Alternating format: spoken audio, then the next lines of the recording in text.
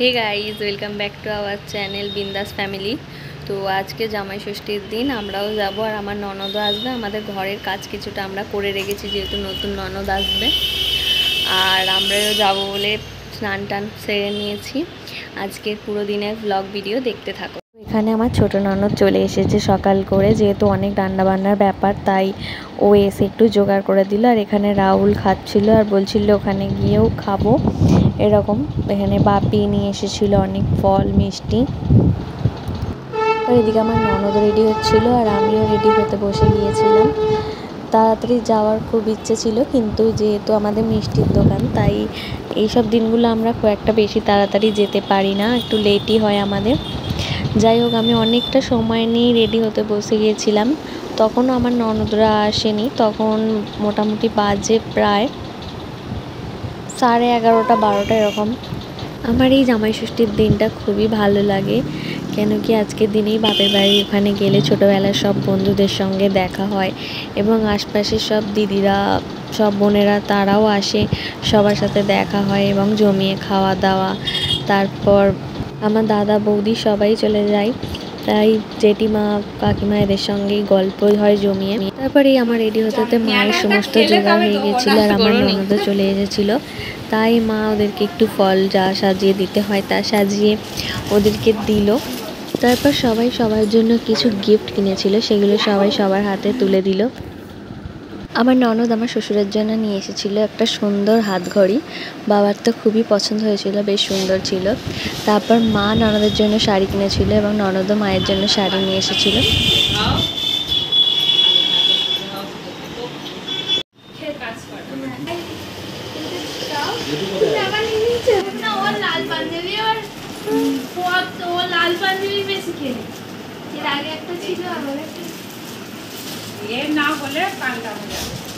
মানুকে দাও না, মানুকে দেবে না, ও দাঁড়িয়েও নিতে পারে।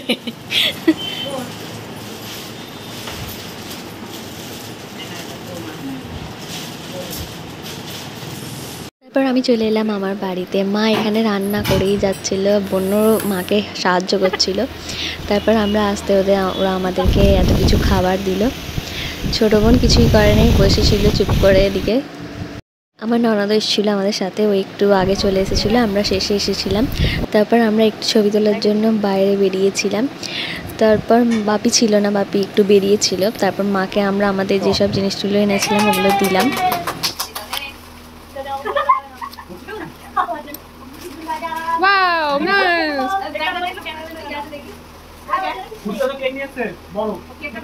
তারপর যেটার জন্য আসা, জামাই ষষ্ঠী মানে এক গ্লাস ভরে ভরে খাবার।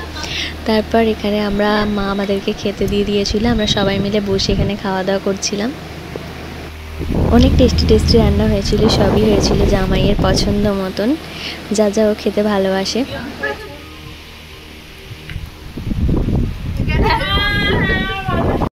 এখানে দেখতেই পাচ্ছ তোমরা, মা একা হাতে আমাদের জন্য রাইস, মাটন, কাটলেট, অনেক কিছু রান্না করেছিল।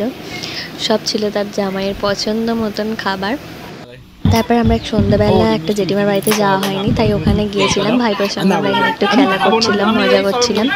তারপর বৌদি আমাদেরকে একটু জল মিষ্টি খেতে দিল। এখানে বৌদিদের ছাদে ওখানে অনেক আঙুর গাছ হয়েছিল, তাই আমরা দেখতে গেলাম ওখানে কেমন হয়েছে কি। এখানে দেখো তোমরা, ওখানে খুব সুন্দর আঙুর গাছ হয়েছে ছাদের মধ্যে, ওটা নিচ থেকে উঠেছে আর ওর মধ্যে অনেক আঙুর ধরেছে, দেখতে খুবই ভালো লাগছিল, হালকা টক মিষ্টি ছিল।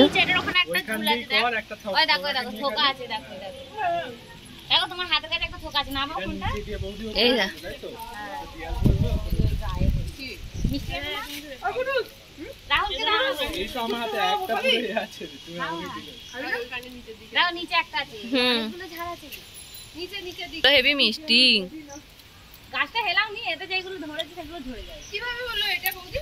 বসিয়েছে তো, বসিয়েছে আমার বিয়ের সময়।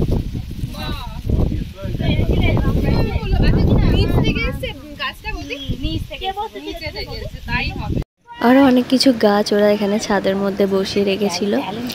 তারপর আমরা নিচে এসে আবারও দাদা বৌদির বিয়ের অ্যালবামগুলো আমাদের দেখা হয়নি, তাই আমরা একটু অ্যালবাম দেখছিলাম। তখন অনেকটাই পরিবর্তন ছিল। ভালো লাগছিলো বেশ নিজেদের রোগা পাতলা ছবিগুলো দেখতে। এই ছিল জামাই ষষ্ঠীর কিছু মুহূর্ত। ভালো লাগলে like, comment, share and subscribe to my channel. Thank you for watching guys.